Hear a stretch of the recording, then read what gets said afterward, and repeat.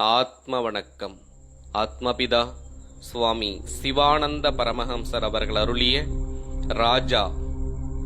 இப்போது நாம் ராஜா என்று அபிமானித்து வருகிறவர்களுடைய நிலைமை உலகம் முழுதும் வியாபித்து இருக்கின்ற ஜீவிகளுக்கு சமமாக அனுபவிக்க வேண்டியதாயிருக்கின்ற சொத்தை கைவழுத்தவன் காரியக்காரன் என்கின்ற நிலைமையில் அக்கிரமமாய் பிடித்தடக்கி ஸ்தானாமானாதிகள் ஏற்படுத்தினதாகும்.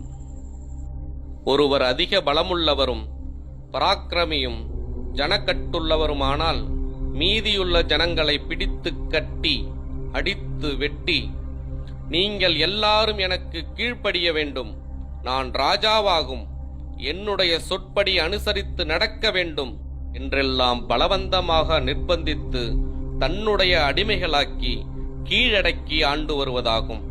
இப்படித்தான் இப்பொழுதுள்ள ராஜாக்கள் என்றும் பிரபுக்கள் என்றும் தனிகர்கள் என்றும் சொல்லி வருகின்றவர்களின் நிலைமை. அவ்வாறல்லாமல் தன்னுடைய சக்தி வெளியில் வியாபித்து பல விஷயங்களிலும் சென்று பதிந்து மோகமாய் பிரமித்து, அதாவது மயங்கி கிடக்கின்றது.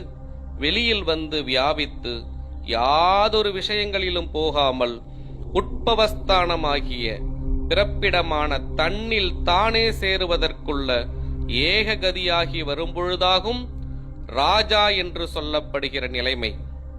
ஆத்ம வணக்கம்.